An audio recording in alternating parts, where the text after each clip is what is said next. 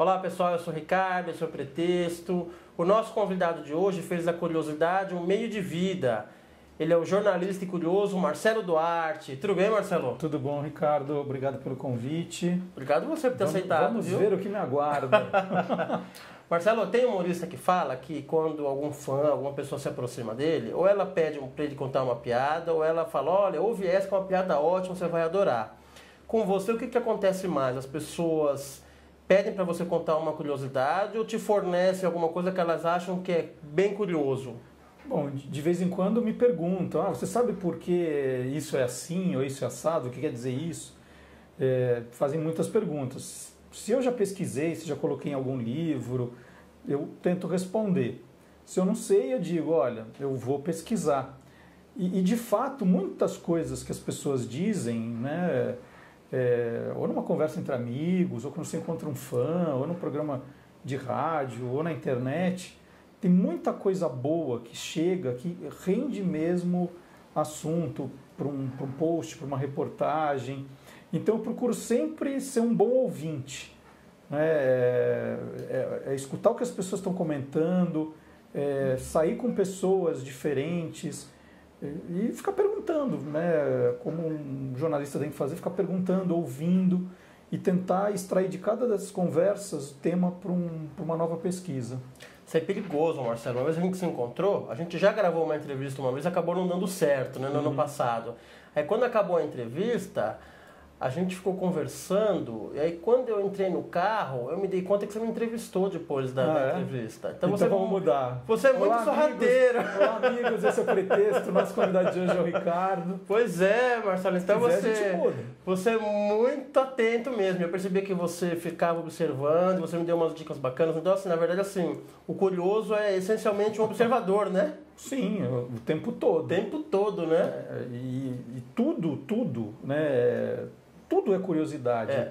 Pode ser numa viagem, pode ser num almoço, pode ser no caminho da sua casa para o trabalho. Eu sou uma pessoa muito observadora, assim. E até lembro uma época que eu escrevia no Jornal da Tarde, uma editora que eu gostava muito, chegou um dia e falou assim, nossa, eu acho que a gente deve morar muito próximo. Eu falei, por quê? É que eu vejo algumas matérias que você dá e percebo que todas fazem parte do meu caminho para o jornal. Então você deve fazer o mesmo caminho. Mas você tem esse olhar de ver ali uma pauta que às vezes me passa despercebido.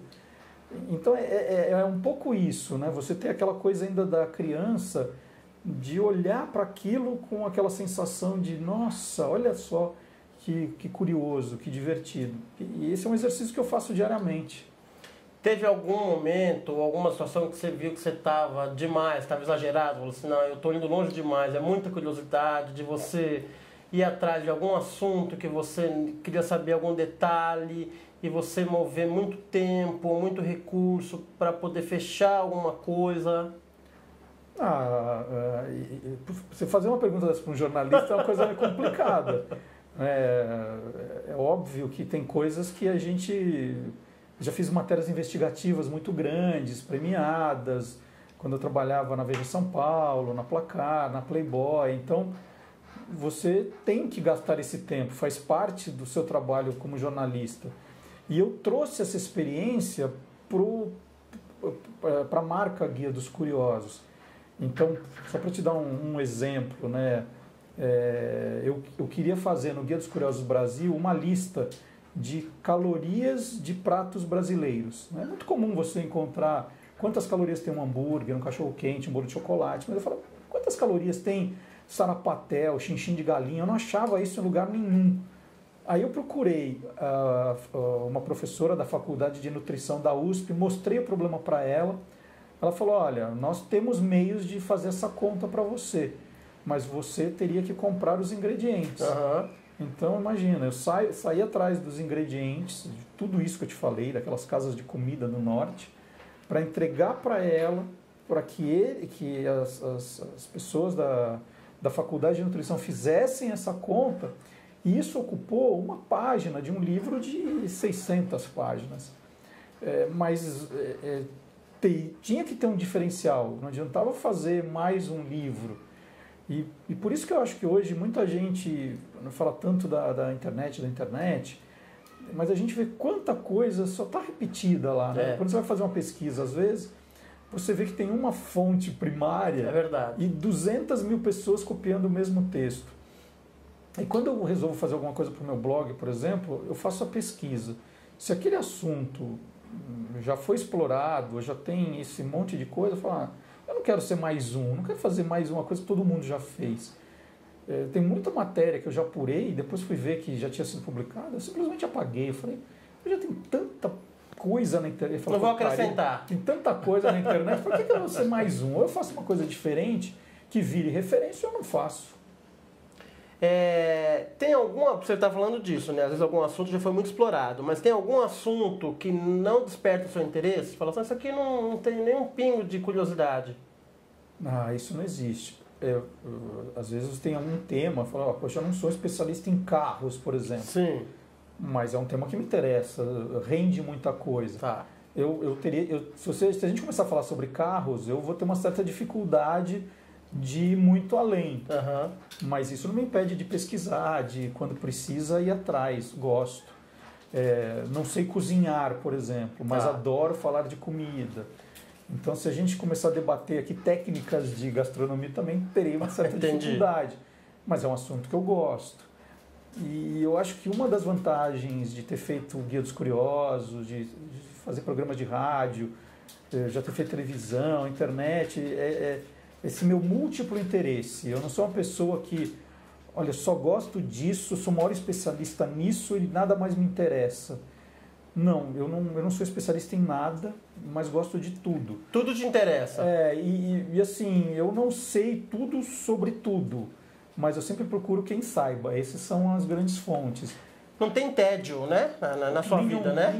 Nenhum. Isso é muito bacana. A pessoa menos entediada do mundo sou eu, porque eu sempre procurando coisas novas, entrevistando pessoas diferentes, lendo coisas... leio coisas que não tem nada a ver uma coisa com a outra e depois lá na frente você descobre que, olha, em algum momento foi útil. Elas vão se casar, elas vão ser importantes para alguma coisa, eu não sei exatamente quando. Isso tem mesmo. Tem alguma curiosidade pendente, alguma coisa que você está indo atrás e está difícil de achar, algum detalhe que você esteja agora pesquisando? Olha, nem é de agora. Agora, assim, hoje eu te diria que a vida está mais fácil para quem faz pesquisa. Já teve uma época muito complicada, por exemplo, hoje é muito fácil você achar em livros os nomes de todos os filhos de todos os presidentes da República do Brasil. Hoje você acha facilmente.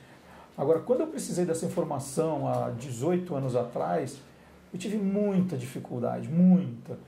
E precisei recorrer a um lugar chamado, um grupo chamado Colégio Brasileiro de Genealogia. Um grupo de genealogistas que, na época, se reunia uma vez por mês num prédio no Rio de Janeiro, sem telefone. E aí foi uma loucura, porque eu falei assim, eu tinha tentado por várias maneiras, eu tinha tentado essa informação e caí nesse colégio. Eu falei, mas como eu vou falar com eles, né? Não tinha recurso para ir para o Rio de Janeiro fazer essa pesquisa. E como eu faço? Aí eu liguei para um escritório de advocacia no prédio, falei com uma pessoa, falei, se eu mandar um fax, você me ajudaria a pegar o fax e deixar lá embaixo da porta? E funcionou. A pessoa, poxa, foi super atenciosa comigo, entendeu? Pegou o fax, levou, colocou embaixo da porta. Aí uma pessoa do Colégio Brasileiro de Genealogia me telefonou, me mandou as informações. Né? Olha só a loucura para você conseguir uma informação que hoje as pessoas encontram na internet ou em vários livros de uma forma mais fácil. O que eu não achei foi o peso do magro, da duplo gordo e o magro. Isso é uma coisa muito engraçada. Eu tentei várias fontes. Cheguei a escrever para a Biblioteca de Washington perguntando se tinha alguma biografia do Stan Laurel, que é o magro, para ver se isso... Porque eu procurava em reportagens de jornal e todo mundo dava o peso do gordo. O gordo emagreceu, o gordo não sei o quê. Todo mundo com peso, mas magro ninguém dava dava o peso. Geralmente é o gordo que esconde o peso, é gozado, né? Mas a curiosidade, o gordo chama curiosidade. Nós magros, né, ninguém dá muita atenção. Olha, Marcelo, eu te agradeço demais, viu? Então, ninguém está preocupado com o nosso peso. Nós magros somos renegados. Preconceito. Verdade. E você encontrou mais alguém que tá junto com você nessa busca pelo peso do magro ou não? Você é o único? Não. Eu saiba, ninguém se manifestou, manifestou ainda. Faz o apelo aqui, né? Se alguém tiver um dado aí concreto, alguma informação, por favor, procure o Marcelo Duarte, né? Eu quero saber o peso do magro. Mas não adianta chutar, tem que ser comprovado por uma fonte. Exato, uma fonte oficial. Eu sei, 53. Né? Igual o meu, né? Tava vendo, parece comigo, né? Mas esse negócio parece comigo, rendeu uma curiosidade que é uma das que eu mais gosto. Eu tava ali numa fase inicial do Guia dos Curiosos, folhando livros, né, procurando muita coisa de curiosidade, né, para escolher os capítulos. E na época eu trabalhava na editora Abril e eu fui no departamento de documentação da Abril e comecei a pegar livros para olhar. E achei um livrinho pequenininho de capa vermelha, que era de curiosidades gerais, assim. E aí, de repente, folhando, tinha lá número dos sapatos de americanos ilustres. Aí comecei a olhar a lista e falei, nossa, isso eu não conheço. E aí, de repente, veio Neil Armstrong. Tá. Falei, opa. Bacana. E aí me chamou a atenção que ele tinha o tamanho do pé dele era o mesmo do meu, né? E eu falei, nossa, olha só, o primeiro passo do homem na Lua foi dado com o pé igual ao meu. Então, se eu usasse a bota dele, o tamanho da pegada ia ser a mesma. Falei, nossa, eu acho que nunca saiu isso, qual era o tamanho do pé do astronauta. E aí eu publiquei e isso virou uma das curiosidades mais divertidas do livro, né? Que ela já está no primeiro capítulo. E isso meio que me norteou o que seria o livro depois, né? Nessa ideia de misturar um pouco curiosidades que ficam meio soltas, né? De fazer de um jeito lúdico isso. E qual é o tamanho do pé? 41. 41, que bacana. O Guia dos Curiosos completa 20 anos agora, em 2015, né? Completou, muito bacana. Já está quase mais velho que eu. Quase. Você escreveu recém-alfabetizado, né? No pré você já estava planejando, né? Praticamente isso. Eu comprei a primeira edição, Marcelo. Eu tenho lá em casa, porque eu achei espetacular. É o que você falou, eu não me lembro se... Mas já está desatualizado. Desatualizado já. Não, mas é uma relíquia, né? Sim. Porque o que você falou hoje, você já estava contando uma história para o meu filho, dos 7 anões e tal. E aí, claro, né? Eu lembrei de 5. E não os outros dois. Quais você lembrou? Eu lembro dos que faltaram. Faltaram Soneca e faltou o Dengoso. Então tá? Vamos lá. Tem Mestre, Zangado, Atim, Dunga e o Feliz, Dengoso e Soneca. Tá certo. Então, aí eu peguei lá a internet, entrei e logo completei a história. Só que na época, pelo menos do lançamento do Guia dos Curiosos, não tinha essa internet, assim como tem hoje com essa facilidade. Então, eu me lembro que tinha algumas coisas lá, umas listas que, assim, facilitou muito. Eu estava fazendo um trabalho na época e era muito bacana, assim, de você ter um acesso fácil, né? E aí, os 20 aeu que sensação? Valeu a pena? Super. Total, valeu, né? Valeu. Mudou sua vida. Eu passei a ser chamado de curioso na rua, né? Isso é o máximo. Eu criei quase uma profissão, ser curioso. Hoje eu vejo quanta gente faz canais na internet e tudo meio baseado no livro, né? Usando o livro como referência, revistas que foram publicadas depois. Lógico que valeu a pena. E valeu justamente por esse sentimento de poder ajudar muita gente. Eu vejo quantas crianças, meninos e meninas que me escrevem dizendo que usaram o livro para trabalho escolar. Mesmo quando você falou das listas, eu lembrei que esse capítulo surgiu meio que em jantares, almoços de família, em que de repente alguém tenta lembrar de uma coisa, você falou dos 7 anões e falta alguém. Sempre o nome dos gatos do manda-chuva. Aí ficava lá, espeto, chuchu, bacana, opa, peraí, batatinha, e aí vai lembrando. E onde como você falou, hoje é mais fácil, você tem acesso à internet no celular, você vai achar. mas a gente está falando de 20 anos atrás. Muito bacana. E aí muita gente fala, então quer dizer que hoje o livro não serve para mais nada, porque tem tudo na internet? Essa pergunta surge muito em conversas em escola, né, que adotam o livro. Fala, olha, se você já sabe o que você está procurando, ok, de fato você não precisa do livro, você vai para a internet direto.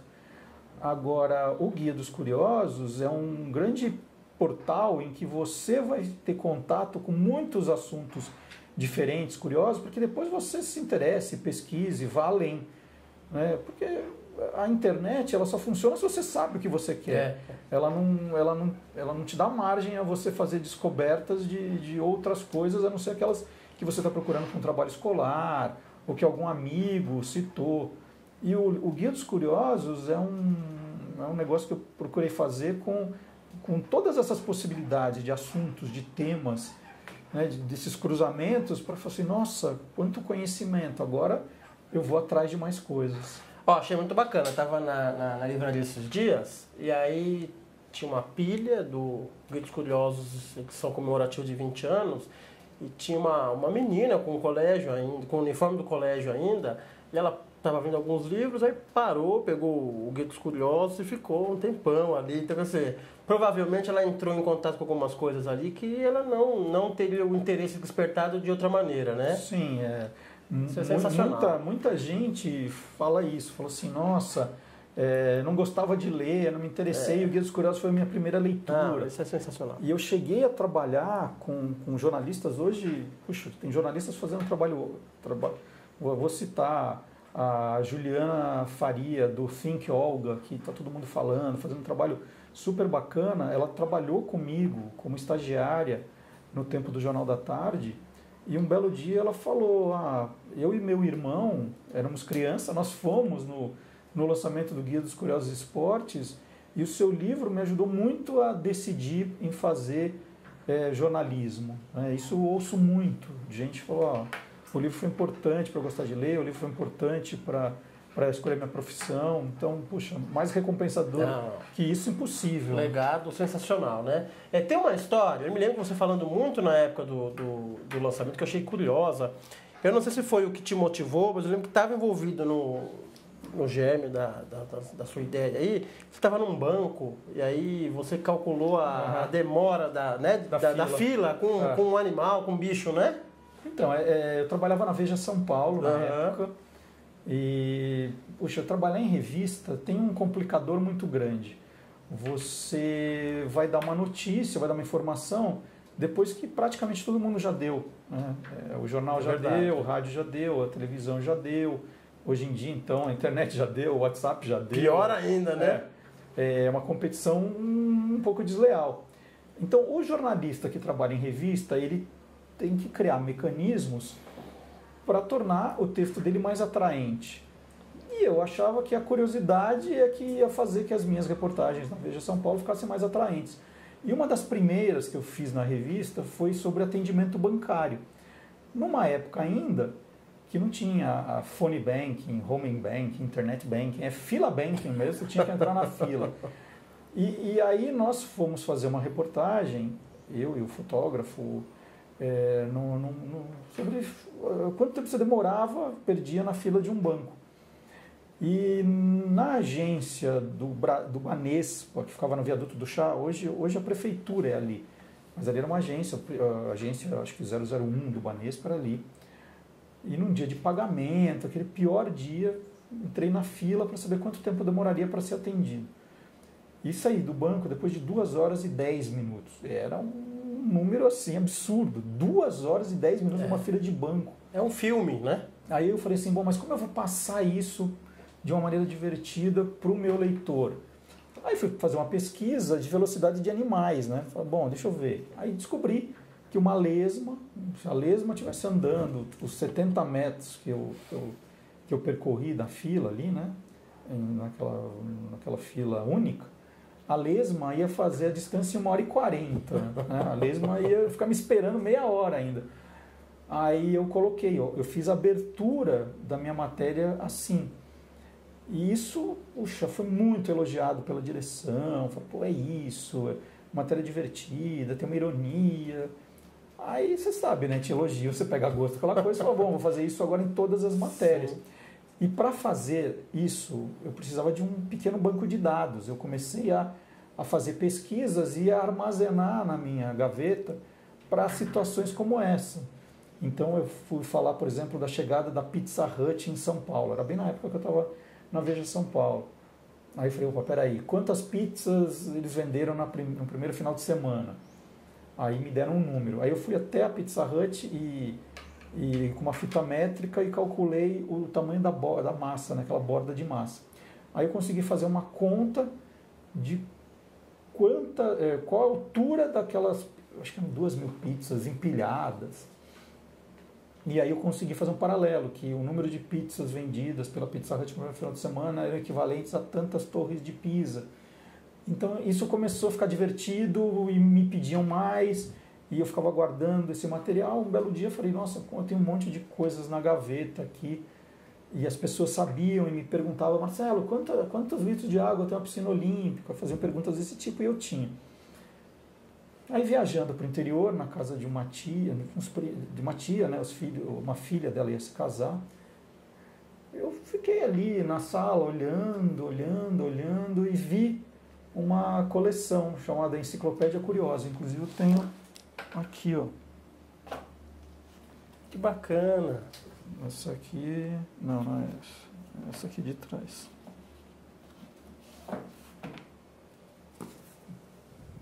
Então era Curiosidades do Valmiro Rodrigues Vidal. Uhum. Nem era Enciclopédia Curiosa, Curiosidades. E me encantei pelos livros. Que legal. E aí eu falei, tia, posso levar para mim? Ela falou, claro, pode levar. Aí eu comecei a ler os livros aqui, né? É um livro antigo, dos anos, acho que de 62, e era uma coisa engraçada. Um dia o homem conseguirá chegar à Lua, né? Se perguntavam. Aí foi daí que veio o estalo. Eu falei, poxa, eu vou fazer isso de um jeito mais moderno, mais atual, com uma linguagem nova. Aí eu escrevi o projeto, levei na Companhia das Letras, que foi a editora que lançou as primeiras edições da série. Eles adoraram a ideia. Na época eu pensava em chamar Enciclopédia Curiosa, baseado nessa coisa de curiosidades. Eles falaram, não, vamos, Guia dos Curiosos. Eles mudaram, achei o nome ótimo. Ótimo. Também. E aí ficou aconteceu. A marca, né? Aconteceu. Sensacional. Você trabalhou na Placar também, né? Trabalhei na Placar em 2 períodos diferentes. Trabalhei na Placar ainda como estudante de jornalismo. Uhum. Trabalhei de 84 a 88. Depois voltei em 95, fiquei até 98. Tá. Ô Marcelo, você está com a sua carteira aí? Com você? Minha carteira está na minha Você sabe mesa. quanto você tem na sua carteira de dinheiro? O dinheiro está no bolso. Tá no bolso? Mas você está copiando a pergunta minha. Isso, não precisa nem mostrar. Eu não põe na carteira. Quanto aí, você precisa? Marcelo, você fez essa pergunta que eu te fiz para alguém famoso. Tinha 26, tinha mais 26, ó. Para quem que você fez essa pergunta que eu te fiz? Quanto você tem na carteira? Fiz essa pergunta para o Pelé. Fui entrevistar o Pelé para a revista... Caiu o microfone aqui, deixa eu só pôr de novo. Fui entrevistar o Pelé para a revista Homem Vogue. Nem foi para Placar? Não foi para Placar. Tá. Eu já estava na ESPN na época, só pôr aqui direitinho. Tá. Fui entrevistar o Pelé, fui convidado pela revista Homem Vogue, era uma edição especial. E eu nunca tinha entrevistado o Pelé, mesmo assim, eu já tinha participado de coletivas com ele, mas nunca uma entrevista exclusiva com ele. E aí falei, bom, é a oportunidade de ouro, mas é um desafio e tanto, né? O que eu vou perguntar para o Pelé que nunca ninguém perguntou? Esse era o desafio. E aí eu comecei a perguntar para ele, Pelé, você está com o teu RG aí? Não tô.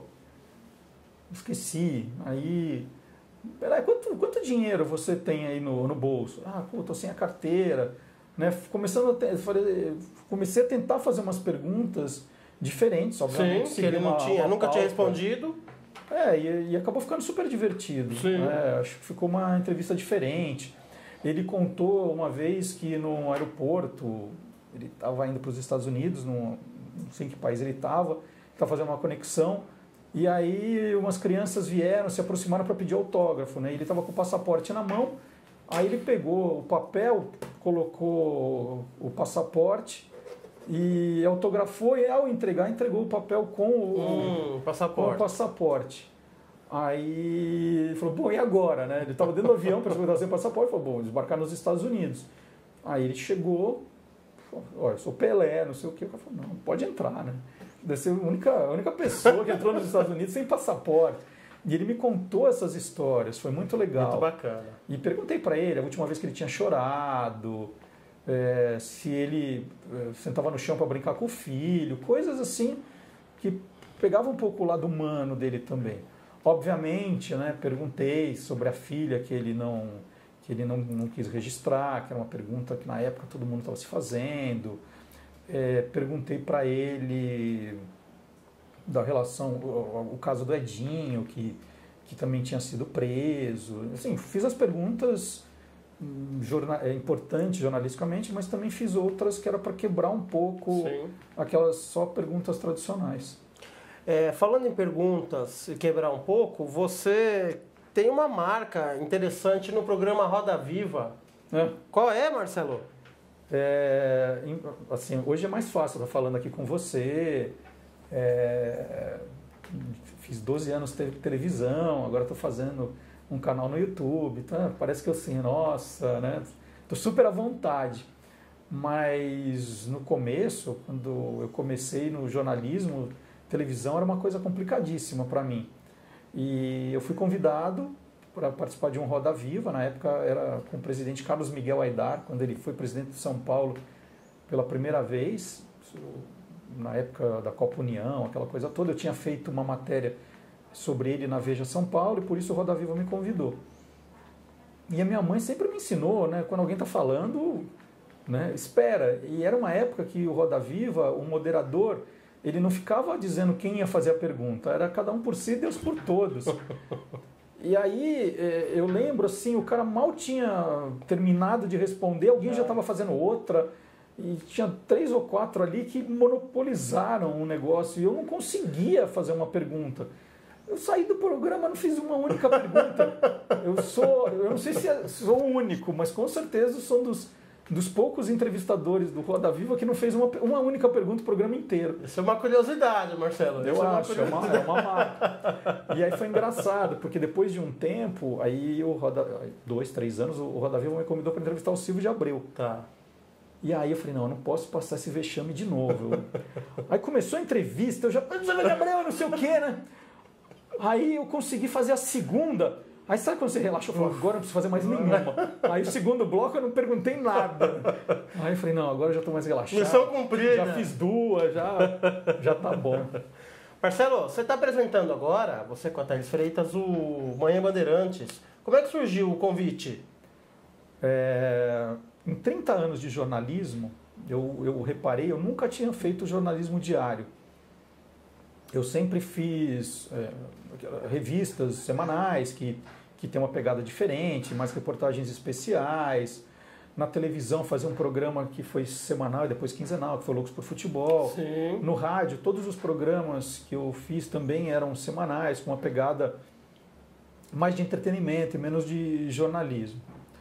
E eu estava no março desse ano, num período de transição, eu estava um pouco encostado na ESPN, estava sendo pouquíssimo aproveitado e, assim, no mesmo dia que eu resolvi dizer que eu não ia ficar mais lá, que eu queria fazer alguma coisa diferente, é uma grande coincidência, mas no mesmo dia eu recebi um convite que a Bandeirantes estava mudando um pouco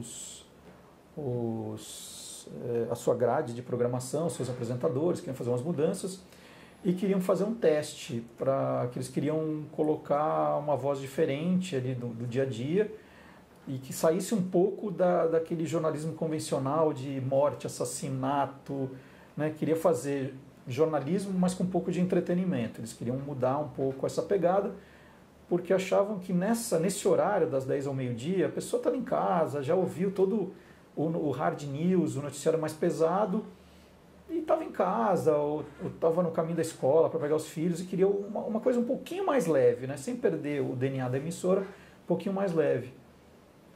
E para mim era o grande desafio. Eu falei, poxa, eu tenho 30 anos de carreira, nunca fiz isso, que era o jornalismo diário, sabendo que ia ser complicado, porque eu tinha outras milhares de coisas na minha vida, né? A editora, os blogs, os outros programas. Mas eu falei, se eu não fizer agora, eu não vou fazer nunca mais. No começo foi complicado me adaptar. A grande vantagem é que a Thaís tem uma bagagem enorme, ela faz isso maravilhosamente bem. E aí eu falei, bom, no começo eu vou fazer como no Roda Viva com o Carlos Miguel Aidar, vou ficar mais quieto e mais observando. E aí comecei, como eu te falei, no começo tem um monte de coisinhas que eu não imaginava como funcionavam. E depois eu fui aprendendo, fui olhando, vendo. Você é Curioso, por exemplo, o programa tem um roteiro, do começo ao fim, ele dá certo, porque eu não estou dependendo de estrada, de congestionamento, de manifestação, é assim. E lá não, é um programa aberto, a gente sabe mais ou menos o que tem, mas o programa vai sendo construído no ar. Tudo pode acontecer, até o que estava programado, né? Às vezes até o que está programado entra no ar. Mas isso, no começo, te assusta um pouco. Uhum. E depois não, hoje já são 7 meses no ar. Já tá. É puxado, você tem uma quantidade de informação muito grande. Nós resolvemos mudar, o Manhã Bandeirantes estava um pouquinho monotemático, né? Então era um assunto que se estendia por 1h30, né? E o programa ganhou meia hora a mais, mas com a ideia de hoje você tem mais ou menos por programa 12 assuntos diferentes, né? Não sei se o ouvinte percebe, mas é tudo muito mais dinâmico. A ideia é ir mudando, é falando de muitas coisas, que pode ser artes e espetáculos, pode ser educação, economia, agora tem política também, a gente colocou. Então é muita coisa, é muita coisa. E a gente é quase curador ali, né? Que você tem que ficar, bom, isso vai, isso não vai, esse ouvinte vai. A gente também começou a dar muita importância para as mensagens que chegavam dos ouvintes, que chegam dos ouvintes, que tem muita pauta ali escondida, que é o que eu te falei que eu faço com o Guia dos Curiosos, né? Porque às vezes tem tanto WhatsApp, o apresentador não consegue olhar tudo, e eu não, eu me disciplinei, criei metodologias ali para de fato ouvir, ler, né? Nos intervalos. Então, isso tem sido muito, muito bacana para mim. Bom, tá indo bem. Você tem muitas virtudes. Uma delas é você corintiano. Né? Isso que é bom, né? Apresentador que fala bem do entrevistado. Deixa a gente mais à vontade. Principalmente essa. E aí, tem uma série de livros que você fala, o dia em que me tornei corintiano. Mas não é disso que eu quero falar. Que pena, podia falar. Mas isso aí é pra gente manter a humildade, né? Todo dia eu levanto e falo, eu quero ser humilde, porque ser corintiano hoje, você exercitar muito a humildade, né? Senão fica muito arrogante. Meu filho que eu diga, ele tem 9 anos e se tudo der certo, vai comemorar o 8º título agora. Não, uma pessoa fica insuportável se não tiver alguém que acompanhe. Aí empata o jogo, ele chora. Pois é. Filho, não é assim. Rapidinho, o dia em que, tá? Você faz uma frase não, um pouquinho mais, mas pra gente, no pique, como diria o Avalone, tá? O dia em que, como é que foi o dia em que você descobriu que não é fácil ser empresário? Você é dono da Panda Books, né? Isso não demorou muito. Foi rápido, Eu lembro direitinho, a gente começou no bairro da Vila Madalena, no Sobrado. E, puxa vida, o começo é muito complicado. O começo de qualquer negócio é muito complicado. Aí teve um dia, assim, começava a vir as contas. E administrar, para mim, era uma coisa complicada. Eu não tinha sócios ainda, hoje eu tenho, graças a Deus. Que bom. Eu bati a cabeça na parede e falei, que loucura, por que eu fui inventar isso na minha vida? E aí eu começava a pensar assim, bom, mas como é que eu faço agora para me livrar desse negócio? Porque a gente já tinha livros publicados de outras pessoas, não eram só meus, já tinha outros encomendados, eu queria parar com aquilo, porque era um buraco que só aumentava, né? Eu preciso me livrar, eu não quero isso, eu não quero. E exatamente por não conseguir, falar, bom, agora eu não posso parar, eu tenho que dar um jeito de pelo menos arrumar isso.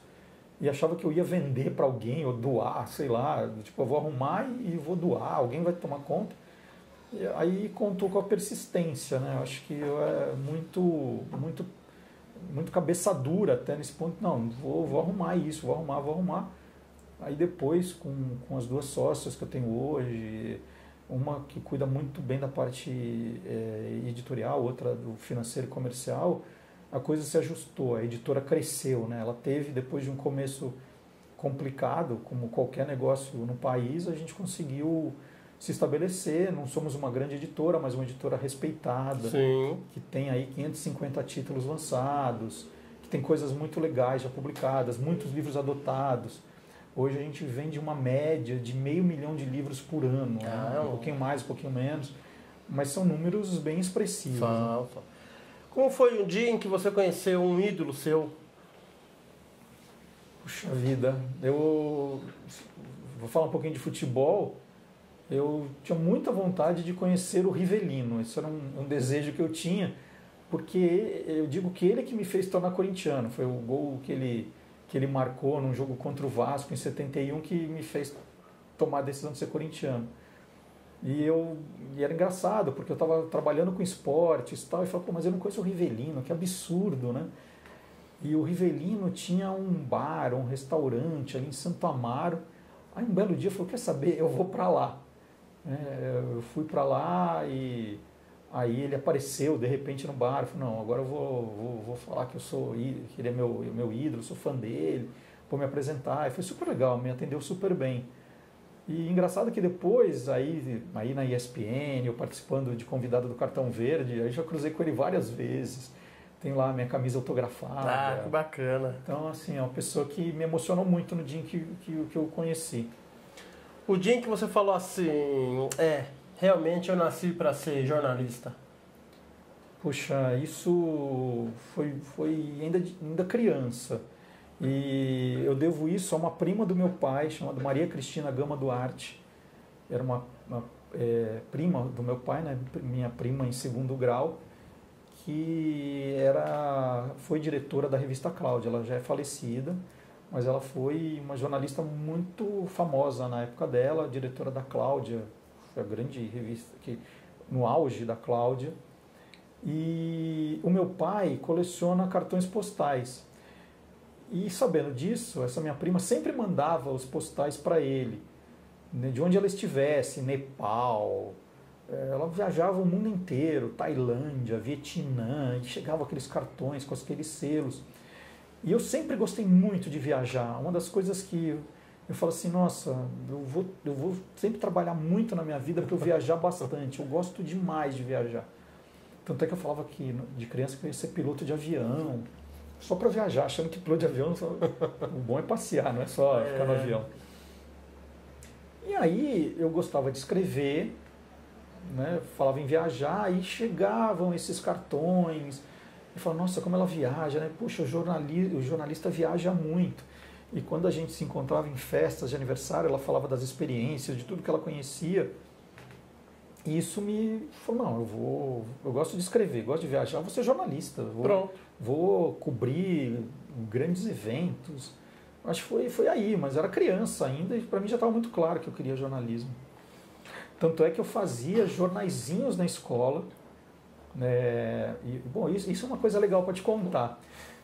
Na minha época ali de final do ginásio e começo de colegial, que é ensino fundamental para o médio, eu fazia uns boletins que eu distribuía para os meus amigos das classes, né? E chamava Boletim Esportivo Mensal.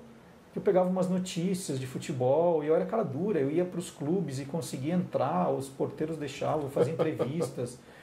E eu cheguei a conseguir patrocínio para o meu jornal. A minha família é de Pinheiros e eu pegava o jornalzinho e entrava em alguns estabelecimentos, Óticas Guanabara, Meia São Jorge, mostrava e eles me davam dinheiro para bancar o xerox do jornal. E depois eu me superei que eu conheci uma empresa que imprimia outdoor, a Nanograph, o seu Renato Moscatelli. Ele gostou tanto do menino ali, 13 anos, fazendo um jornalzinho, pedindo propaganda, acho que era 10 cruzeiros, alguma coisa assim. Ele falou, não, me traz, me diz quantos você quer e eu vou imprimir, eu vou tirar o xerox de graça para você. Que bacana! Aí, puxa, distribuía. Depois tive um jornalzinho também, que eu tinha um clube de filatelia. Também ele tirava xerox, aí a gente distribuía para os associados, tinha associados no Brasil inteiro. Então, meu amigo, já era, né? Tinha Tinha que ser, né? Não tinha jeito. O dia em que você pode falar inesquecível. O nascimento de filho sempre é inesquecível. É covardia, né? Esse é até fácil, assim. E aí mais engraçado, porque são dias inesquecíveis, mas no meu terceiro filho eu não estava presente, né? Ele nasceu no dia 13 de junho de 2006, eu estava cobrindo a Copa da Alemanha pela ESPN, já sabíamos que isso aconteceria quando a minha mulher ficou grávida. E aí fiquei naquela dúvida, vou ou não vou? Ela falou, não, eu quero que você vá, eu acho que é importante para você, eu me viro aqui, a minha mãe me ajuda e tal. E esse foi diferente porque eu acompanhei o nascimento do meu filho pelo telefone, né? A obstetra dela levou o celular dela e a primeira, assim, eu estava na Alemanha, eu estava junto com o cinegrafista que me acompanhava, o Henrique, no centro de imprensa assistindo Togo e Coreia pela TV de lá, que nós íamos cobrir. Foi um dia do Brasil e Croácia, nós íamos fazer uma matéria num bar croata em Munique. Então a gente estava vendo esse jogo e tal, de repente vem a ligação que o Antônio tinha nascido e eu vi a foto, eu recebi a primeira foto e a obstetra deu o telefone, a minha mulher estava ainda lá na mesa do parto, ela falou comigo e todo mundo que estava em São Paulo esperando, ele falou, nossa, por que está demorando tanto, não sei o que, e a gente estava conversando. Então foi muito emocionante também. Bacana. Marcelo, elabora uma pergunta, agora eu te dou a resposta, você elabora a pergunta, tá bom? Fácil isso. Né? Fácil. A resposta é avô Agenor. Avô Agenor, para quem você dedicou o seu primeiro livro? Eu dediquei meu avô Agenor porque eu me identificava muito com ele, assim. Ele era um tipo bem divertido, gostava de contar histórias. Ele era um contador de histórias, algumas a gente achava que eram mentirosas. Assim. Melhor ainda. E ele tinha umas coisas que eu amava, né? Ele ia toda quarta-feira em casa e sempre levava presentinho para todo mundo. Que legal. E depois, por essa proximidade, né? Todo o período aí de ele já mais velho, tal, eu retribuía. Eu comecei a ir todo sábado na casa dele. E o que ele mais gostava, ele mais me pedia era para contar, eu ficar lendo para ele reportagens da revista Seleções, o Sim. Reader's Digest. Sim. Ele falava, você pode ler alguma coisinha? Ele marcava já o que ele queria, eu ficava lendo para ele sábado à tarde quando eu ia na casa dele. E uma história triste, ele morreu um pouquinho antes do meu casamento. Tá. Eu percebi nas pesquisas que é uma pessoa bem importante na sua vida, né? A próxima você escolhe, tá? Tá. Pergunta caçula, pergunta de volta para o futuro e pergunta de louco. Caçula, de volta para o futuro ou de louco? De volta para o futuro, já que está na moda. O que o Marcelo Duarte de hoje diria ao Marcelo Duarte, estagiário da revista Placar? Puxa vida, eu acho que eu fiz uma carreira muito bonita, assim. Sempre trabalhei muito, sempre fui muito interessado, sempre fui muito promovido. Eu diria, fica aí porque você vai fazer muitas coisas importantes. Hoje eu tenho no currículo eu cobri 5 Olimpíadas em loco, 3 Copas do Mundo, 2 Jogos Pan-Americanos, fui para lugares incríveis, conheci pessoas maravilhosas. Assim, deu entrevista para o Pretexto. Isso foi a pergunta agora anterior. Então, Lutibó, fica aí, acredita nisso. Que era engraçado, que no começo da Placar eu recebi alguns convites para sair da revista, né? E eu resolvi que não, que eu queria ficar, que eu queria aprender ali. E assim, eu tive professores espetaculares no meu começo na Placar, né? Era Juca Kifuri, era o Jovem Gui, que era um super jornalista, Carlos Maranhão, gente de muito bom texto, trabalhava com uns repórteres incríveis. Então, assim, a melhor coisa que podia acontecer para mim foi ter começado na Placar naquela época. Marcelo, muito obrigado, viu? Muito bom ter conversado com você novamente. Muito bom. E qual que era a pergunta do Caçula? Caçula? Vamos ver aqui então. Esqueci que eu tô falando com um curioso, né? Mas como é que era? Você é um colecionador. Qual é a sua coleção mais recente? Putz, mais recente são carrinhos miniatura ligados a filmes e desenhos de televisão. Esse é o mais recente. Bem específico, né? Eu vou colecionar carrinhos. Não, muito genérico, né? Tem que focar, tem que focar. Tá certo. Você tem alguma coleção? Não, não tem. A gente vai terminar só de gravar, a gente continua a entrevista. Você pode continuar à vontade. Marcelo, faz que desligou, mas continua. É para subir os créditos. Obrigadão, viu? Muito bom, muito bom. É isso aí, pessoal. A gente fica por aqui e volta em breve com mais um bate-papo no Pretexto. Até mais.